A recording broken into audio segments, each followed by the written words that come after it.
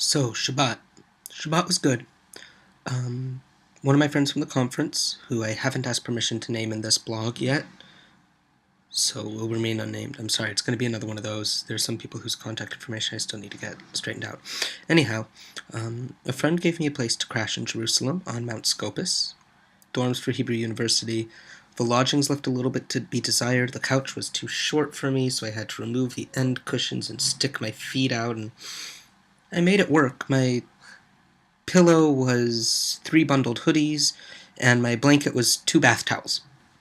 I've slept in worse. Anyhow, so I crashed over at his place Thursday night.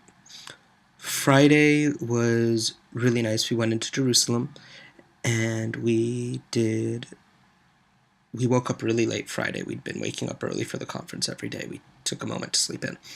We went into the old city. We davened at the Kotel.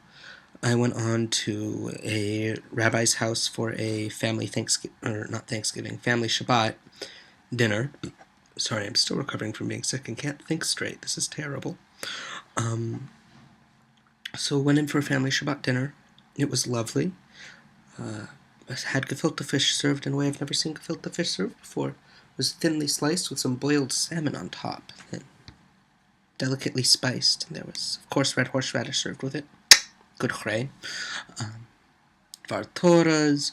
I found out a theological reason that Jews consume single malt scotch and not blended. So, get this. We have 2 challahs on the table at Shabbat dinner to remember the double portion of manna we received. We have 2 candles on the table for Shabbat dinner, one for remember and one for keep, in regards to the Sabbath day, because the commandment appears twice. Well, we only believe in one God above. Therefore, we should only have 1 malt in our cup. Jewish reasoning for single malt scotch for your l'chaims. I'm just happy if it gives me more single malt scotch. It was a really nice 15-year-old, very chocolatey.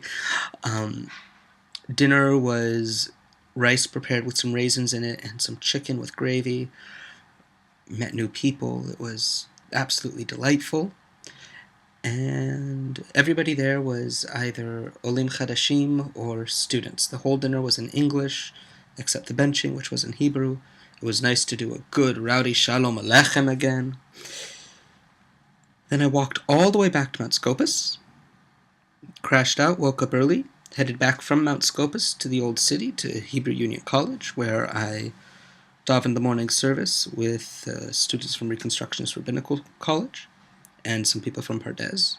Most of these people I already knew, and they were very good people. Some of these people I didn't know, and they were very good people. So I was surrounded by great people. Again, lots of talk about the Torah, and just really davening with intentionality behind it. It was beautiful. To go from one night, very orthodox with the mechitza, and very, very fun, very exciting, huge circle dancing in front of the kotel, to the next day, no mechitza, women reading from the Torah, men reading from the Torah, all of us given an opportunity to have an aliyah, and praying and singing and celebrating all together, and just to see how many ways Judaism expresses itself and how much love people across the board have. It was amazing. And then after that, I met up with my friends, and one of my friends, who has a Catholic girlfriend, decided that he wanted to get her something special. So we picked up a cross and a little chain, and he managed to talk the price down. Very good, you got to do that when you're over here. And then we walked the entire Villa della Rosa and took photos of him with the little cross every step of the way. Went to the Church of the Holy Sepulchre, and he set the cross down on the slab where they washed Jesus' body, and they set the cross down inside Jesus' tomb, and now he's going to be sending this very sanctified piece of jewelry back to his girlfriend. While walking the Via della Rosa, I found what so far is my favorite spot in all of the old city of Jerusalem. And of course, being me, my love of interfaith, it's not a Jewish spot. The 4th station of the cross is where Jesus met his mother Mary on the way to the hill of Golgotha, however you pronounce it. I don't speak Latin. on his way to the hill to be crucified. And on that site, they've built a church. And you go downstairs, and there's the top level of the church, and then there's this archway and stairs going down. And above the archway, it says, "Silence." And you go down. And there's a gallery, and then beyond the gallery, there's a glassed-in chapel, and a bunch of people inside the chapel in gold artwork, and it's really, really pretty. And a bunch of people, the only sound you hear is these people praying in Greek. Nobody's speaking, nobody's talking to each other, there's no Hebrew, there's no English, there's no language I can understand at all. It's a space that, unlike the wall, where when I want to pray, when I want to connect with Hashem, I go to the kotel, I go to shul, I sit and I pray. But being at the wall, being surrounded by so many people, so much energy, so many people singing and dancing and praying and talking in a language that I understand or half understand, it can't help but enter my brain.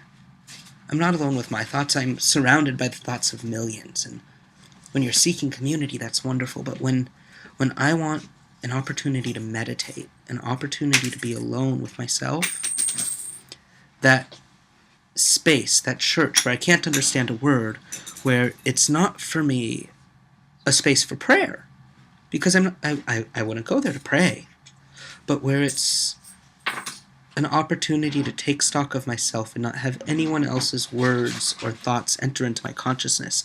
And for that church is unmatched. I look forward to next time I'm in Jerusalem, just taking an hour and sitting in silence and taking in this rhythm and melody and reorienting within myself. So yeah, I found my favorite spot in Jerusalem. Also, I've made a couple really good friends, one of whom is from Philadelphia, so this is something that I will be able to carry on to, a friendship that I will be able to carry on, God willing, when I get started at Reconstruction Rabbinical College.